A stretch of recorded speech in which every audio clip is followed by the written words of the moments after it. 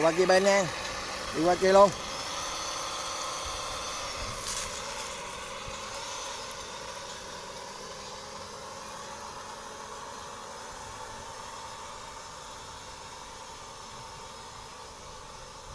Rồi qua đó bên mạnh lắm.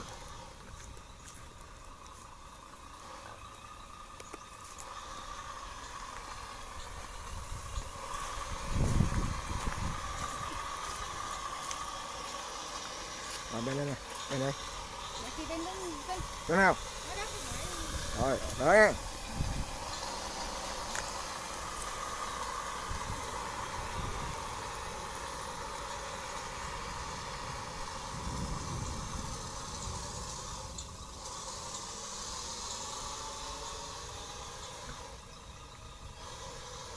Rồi bên nha.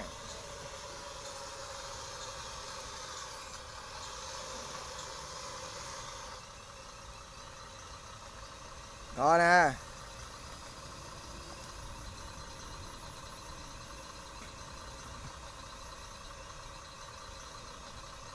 Đó, bên nhát á, bây giờ bên thịt nè. Đó, ghê không? Nặng lắm á.